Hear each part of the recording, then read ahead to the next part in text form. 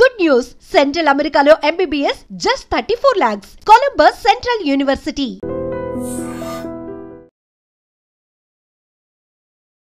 నమస్కారం, welcome to I dream. ధర్మ మార్గం విత్ విజిత కార్యక్రమానికి స్వాగతం.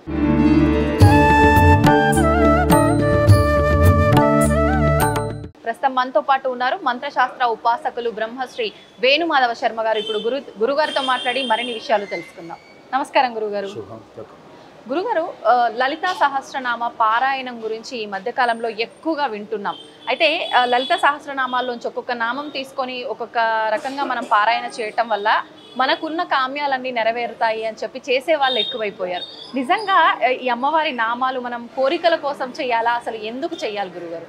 అరుణాం కరుణా తరంగితాక్షిం ధృతకాశాంకుశపుష్పగాన చాపాం అణిమాధిరావృతాం మయుగ్వై రహమిత్యేవ విభావయే భవాని ధ్యాయేత్ పద్మాసనస్తాం ప్రస్తుతోదనాం పద్మగత్రాయుతాక్షిం హేమాభాంకితవస్త్రాం కరకలితలిద్దేం రత్నాంబరాంగీం సర్వాలంకారయుక్తాం సతతమభయదాం భక్తనమ్రాం భవాని శ్రీవిద్యాం శాంతమూర్తిం సకల సురనుతాం సర్వసంపత్ప్రదాత్రి.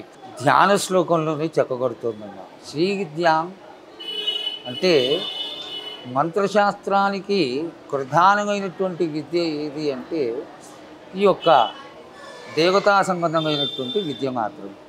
ఇందులో శాంతమూర్తిం సకల సురనుతాం సర్వసంపత్ప్రదాత్రి, అన్ని సంపదలను కలగజేసేటువంటి విలక్షణమైనటువంటి లక్షణం కలిగినటువంటి స్తోత్రమే ఈ యొక్క లలితా సహస్రనామం. అందరూ విశేషంగా పూజేటువంటి మనుష్య స్వరూపంలో ఉన్నటువంటి దేవతామూర్తులు కంచి పరమాచార్యులు ఎప్పుడు చూసినా అందరినీ కూడా లలితా సహస్రనామ పారాయణం చేసుకోండి అని చెప్తూ ఉండేవాళ్ళు. లలితా సహస్రనామం, సౌందర్యలహరి, కనకధారా స్తోత్రం, ఇవన్నీ కూడా ముత్తైదువులందరికీ, ముత్తైదువులే కాదు ఆడవాళ్ళందరూ కూడా చేసుకోవచ్చు. అందరూ కూడా చాలా చక్కగా ఎవరి యొక్క సహాయ సహకారాలు లేకుండా చేసుకునేటువంటి ఒక గొప్ప లక్షణం కలిగినటువంటిదే ఈ యొక్క లలితా సహస్రనామం. వారు కంచి కరుణాచార్యులు వారు ఒక గొప్ప విశిష్టతతో ఈ లలితా సహస్రనామాన్ని చేసుకోమండంలో గల కారణం ఏంటంటే ఈ లలితా సహస్రనామం కేవలం వింటూ ఉంటే నోటికి వచ్చేసేటువంటి చక్కటి విద్య.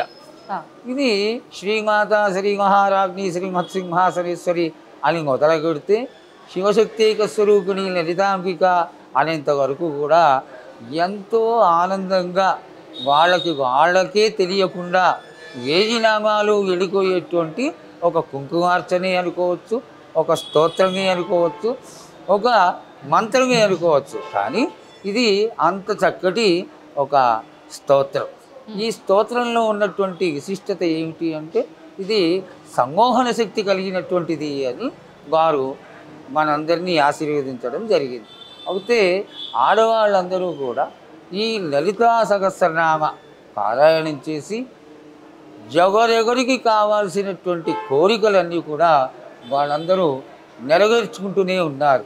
అంత చక్కటి విద్య కాబట్టి ఇప్పుడు ఈ రోజుల్లో ఆడవాళ్ళందరూ కూడా ఒక 10-15 మంది కూడారు అంటే అక్కడ చక్కగా లలితా సహస్రనామం చేయడం, ఆ లలితా సహస్రనామ పూజ చేసి అక్కడ చక్కగా ఒక భజన చేయడం కానీ సత్సంగాన్ని నేర్కొచ్చుకోవడం కానీ ఇవన్నీ చేస్తూ ఉంటారు. దీనిలో విశిష్టత చక్కటిది కాబట్టి అందరూ కూడా ఈ యొక్క లలితా సహస్రనామాన్ని పారాయణ చేసి అందరూ వారి వారి కోరికల్ని తీర్చుకొని అమ్మవారి పరిపూర్ణమైనటువంటి ఆశీర్వాదానికి పాత్రలు అవుతారని ఆశిస్తున్నాను. గురుగారు, ఇప్పుడు ఈ పారాయణం చేస్తున్నప్పుడు నియమాలు ఏమైనా పాటించాల్సి ఉంటుందంటారా? మామూలుగా మనం ముత్తైదువులకి తడిగొట్టలు కట్టుకొని తలస్నానం చేసేటువంటి మడి ఆచారాలు అవసరం లేమ్మా. ముత్తైదువు మామూలుగా స్నానం చేసి ఉతికిన గట్ట కట్టుకొని చక్కగా యథావిధిగా కుంభం కట్టుకొని కూర్చుని ఈ యొక్క లలితా సహస్రనామం చేసి అట్లాగే వారికి తోచిన విధంగా పండో ఫలమో లేకపోతే ఇష్టమవుతే పులిహార, పాయసం, పెరుగన్నం ఇట్లాంటిది ఏదైనా చేసి అమ్మవారికి నైవేద్యం పెట్టుకోవచ్చు. అనవసరమైనటువంటి వ్యామోహపూరితమైనటువంటి పనికి మాలినటువంటి క్రియలు చేయాల్సినంత అవసరం అయితే ఏమీ లేదమ్మా. చక్కగా ముత్తైదువులందరికీ కూడా చేతిలో కరతలామరకమైనటువంటి ఈ యొక్క విద్యని అందరూ చాలా లక్షణంగా చేసుకోవచ్చు, ఈజీగా చేసుకోవచ్చు. అందరి కోరికలు నెరవేరుతాయి. కాబట్టి ఆచారాలు ఏదో లేని ఆచారాలు కొని తెచ్చుకొని చేయాల్సిన అవసరం లేదు. గురుగారు, ఇది మగవాళ్ళు కూడా చేయొచ్చా సహస్రనామాలు అమ్మవారివి? అసలు శ్రీ విద్య సాధారణంగా మగవాళ్ళే చేస్తారమ్మా ఎక్కువగా. ఎందుకంటే ఆడవాళ్ళకు కూడా ఉంది లోకాముద్రార్చిత ఆవిడ. అయితే ఆడవాళ్ళ కంటే ఎక్కువగా ఈ పూజాక్రియలు అమ్మవారికి నవాగరుణార్చన, ఆమ్నాయ పారాయణం, ఆమ్నాయ పూజ, ఈ యొక్క అమ్మవారి యొక్క విశేషమైనటువంటి స్తోత్రాలు ఇవన్నీ ఎంత చేసుకుంటే అంత ఉంటుంది. సాధారణంగా పొద్దున మధ్యాహ్నం సాయంత్రం త్రికాలముల యందు నవాగరుణార్చన చేస్తే కనీసం 16 గంటలు పడుతుంది. ఆ శక్తి ఓపిక కొంచెం చేయగలిగినటువంటి సమయం మగవాళ్ళకి ఎక్కువగా ఉంటుంది. కాబట్టి ఎక్కువగా మగవాళ్ళే చేస్తారు. ఈ నవాగరుణ పూజలో పూజంతా ముగిసిన తర్వాత లలితా సహస్రనామం కూడా ఒక భాగం. లలితా సహస్రనామం మగవాళ్ళు చేసి అక్కడ ఆ నవాగరుణార్చన శ్రీచక్రం పైన చేసేటటువంటి పక్షంలో కుంకుమార్చన చేస్తే నామావళి చేస్తారు. ఈ శ్రీమాత్రే నమః, శ్రీ మహారాజ్ఞై నమః, శ్రీమత్ సింహాసనేశ్వర్యై నమః అని చెప్పడం మగవాళ్ళు చేస్తే మంచిదమ్మా. ఇది దీంట్లో కూడా ఇంకా కూడా బీజాక్షరాలు పెట్టి ఆ బీజాక్షరాలతో కలుగుతూ ఈ నామాన్ని చేయడం, ఆ నామాలతో కుంకుమార్చన చేయడం శ్రీచక్రార్చన వరకు చాలా విశేషమైంది. మడి ఆచారం అట్లా ఉన్నవాళ్ళు ఆడవాళ్ళైనా చేయొచ్చు, మగవాళ్ళైనా చేయొచ్చు. ఇందులో తక్కువ లేదు. కానీ సమయాన్ని బట్టి ఈ శ్రీమాతా శ్రీ మహారాజ్ని శ్రీమత్ సింహాసనేశ్వరి అనేటువంటి ఈ యొక్క స్తోత్రాన్ని 1000 నామాల్ని కూడా ఎంతసేపు కూడా సాధారణంగా చేసుకునే వాళ్ళందరూ కూడా స్తోత్రపారాయణం చేసుకోవడంలో ఏమాత్రం దోషం లేదు, అందరూ చేసుకోవచ్చు. గురుగారు, ఇప్పుడు శ్రీచక్రం అన్నారు కదా, శ్రీచక్రం విషయంలో ఈ మధ్య కాలంలో చాలా రకాలుగా వింటున్నాం. అసలు శ్రీచక్రం ఇంట్లో పెట్టుకోవడానికి వీల్లేదు, ఒకవేళ పెట్టుకుంటే మాత్రం ఖచ్చితంగా ప్రతినిత్యం కుంకుమార్చన చేయాలి, ఖచ్చితంగా నైవేద్యాలు నివేదన చేయాలి, ఈ రకంగా చెప్తున్నారు. ఇదంతా వాస్తవమా? చాలా ఖచ్చితమైన విషయం అమ్మా. ఇది శ్రీచక్రం పెట్టుకోవడం అనేది నిక్కుతో చెలగాటం ఆడినటువంటి విషయమే. శ్రీచక్రాన్ని పెట్టుకొని నానా రకాలైనటువంటి కోకడలకి పోయి ఆ శరీరానికి, ఇంటికి లేక కుటుంబానికి నాశనాన్ని కొని తెచ్చుకునే దానికంటే కూడా జాగ్రత్త పడి పెట్టుకోకపోవడమే ఉత్తమం. పెట్టుకున్న తర్వాత దానికి తగినంత శుచిని మడిని పాటించకపోతే అది ఎదురు దెబ్బ కొడుతుందని పెద్దవాళ్ళు చెప్తారు. సాధారణంగా తెలిసినటువంటి బ్రాహ్మణులలోనే శ్రీచక్రాన్ని పెట్టుకోవడానికి ఇష్టపడరు.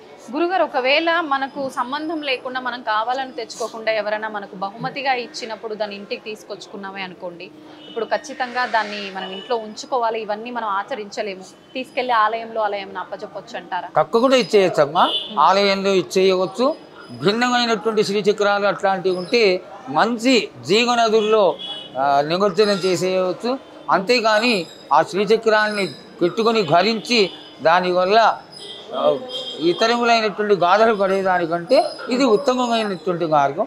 అమ్మవారి దేవాలయాలు ఏమన్నా ఉంటే వాటిల్లో వచ్చేయడం ఉత్తమమైనది. గురుగారు, మంత్రాలు అన్నారు, బీజాక్షర మంత్రాలు అన్నారు. కొన్ని రకాల మంత్రాలు అసలు ఆడవాళ్ళు చేయడానికి పనికిరాదు అంటున్నారు. బీజాక్షర మంత్రాలు అయితే అసలు చేయకూడదు అంటున్నారు. ఇది ఎంతవరకు వాస్తవం అండి? అసలు అవన్నీ కాదమ్మా. మీడియా వాళ్ళు వచ్చి ఇంచుమించుగా మంత్రశాస్త్రమే భ్రష్టు పెట్టుకోయింది. సహజంగా గురువు శిష్యుణ్ణి 12 సంవత్సరాలు పరీక్ష చేస్తే కానీ మంత్రం అనేటువంటి వస్తువుని ఇవ్వకూడదమ్మా. జీవన్ముక్తిని కలుగజేసేటువంటిది మంత్రం. మననాత్ త్రాయితీతి మంత్ర. ఏ విధంగా అయితే మంత్రాన్ని అనుష్ఠానం చేస్తూ ఉంటారో వాళ్ళని కాపాడుకుంటూ వస్తుంది ఈ మంత్రం అనేటువంటిది. మంత్రానికి, దేవతకి, గురువుకి అభేదం అంటారు. అంటే ఏ విధమైనటువంటి మార్కు లేకుండా మూడు కలిగి ఒకటే స్వరూపంగా పూజ చేయవచ్చు. అటువంటిది మంత్రం. ఈ మంత్రాన్ని తీసుకుని నానా రకాలుగా భ్రష్టు కొట్టించి దాన్ని ఇష్టం ఉంటే మంచాల మీద కొడుకుని లేకపోతే కూర్చోకూడని చోటల్లో కూర్చుని స్నానాలు చేయకుండా ఆ మీడియాలో వచ్చినటువంటి వాటిని వినేసి మాకంతా తెలిసిపోయింది, నేనే సర్వజ్ఞులం అనేటువంటి వాళ్ళు ఎక్కువైపోయినారు. ఇది గురుముఖత శంఖంలోకి వస్తే కానీ తీర్థం కాదమ్మా. ఆ గురువు ఒక మంచి సమయం చూసి ఆ మంచి తిథి రోజున శిష్యుడికి తనకి ఇష్టమవుతే పరమేశ్వర స్వరూపంగా భావన చేసి పరమేశ్వర ఆజ్ఞతో ఆ మంత్రాన్ని ఉపదేశించినట్టు అయితే దానికి సత్ఫలితం ఉంటుంది. 100కి 100 పాళ్ళు చేసుకోదగ్గది. అది కేవలం మంత్రపూర్వకంగా గురుముఖతగా వస్తేనే చేసుకోవాలి. గురుగారు గురువు అన్నారు. అసలు ఎవరిని గురువుగా మనం ఉద్దేశించాలంటే ఇప్పుడు మనకు విద్యని నేర్పించిన స్కూళ్ళలో పాఠాలు చెప్పిన టీచర్స్ని కూడా గురువు అనుకుంటున్నారు. అసలు ఎవరండి గురువు? జీవన్ముక్తికి, జీవన కైవల్యానికి, బ్రహ్మ సాక్షాత్కారానికి, బ్రహ్మత్వ సాక్షాత్కార మూల పురుషులు ఎవరు అంటే వారు మాత్రమే గురువులమ్మా. వేదపారాయణం నేర్చుకుంటున్నారు వారిని ఆచార్యులు అంటారు. ఆ ఆచార్యులు కూడా గురు సంబంధమే కానీ ఆచార్యులు అంటారు.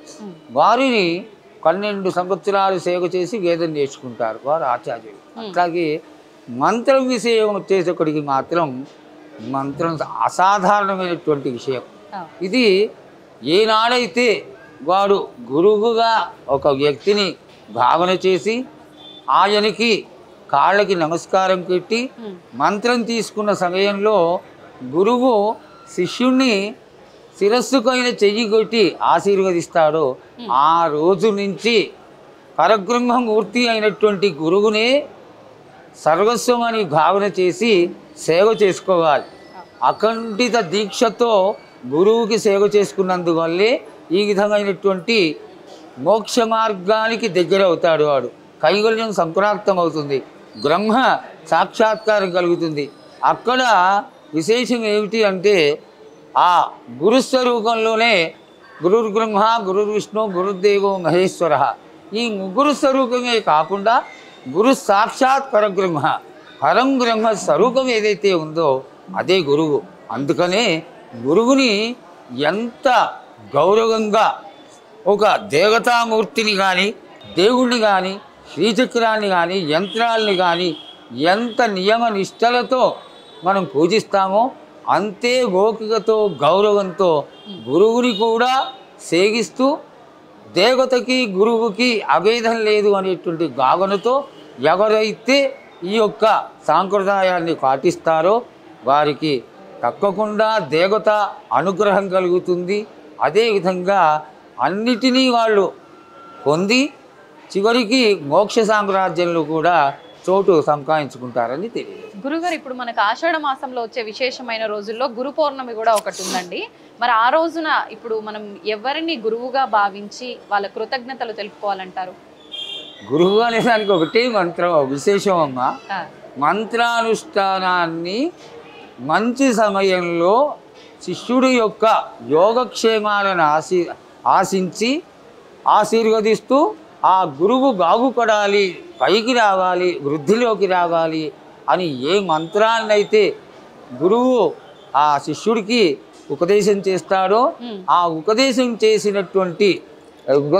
తీసుకున్నటువంటి శిష్యుడు గురు పౌర్ణమి రోజున, అదే ఈ చాతుర్మాస్య దీక్ష ఏ రోజునైతే మొదలవుతుందో అదే రోజున గురువుకి కూడా ఈ సంసార జీవితంలో కూడా సంసారంలో ఉంటున్న వాళ్ళు కూడా చాతుర్మాస్య దీక్ష చేయవచ్చు. ఈ చేసేటువంటి ఇంతటి శక్తి కలిగినటువంటి మంచి వ్యక్తిని ఎన్నుకొని కానీ గురువుపదేశం తీసుకుంటే వాళ్ళకి తప్పకుండా గురు పూజ చెయ్యాలి. ఆ రోజున చేసి తమకు తోచినంత సంభావన ఇచ్చి, గురువులు అడగకపోయినా తన శక్తిని అనుసరించి ఆ గురువుల్ని సంతోషపరిచి ఆశీర్వాదం తీసుకోవడం ఈ గురు పౌర్ణమి యొక్క లక్షణం. ధన్యవాదాలు గురుగారు, చాలా మంచి విషయాలు తెలియజేశారు. నమస్తే. దీన్ని తవ్వండి, తవ్వుతూనే శివలింగం. సరే దాన్ని అట్లా కప్పేసేయండి, చూపించద్దండి. Krishna is there.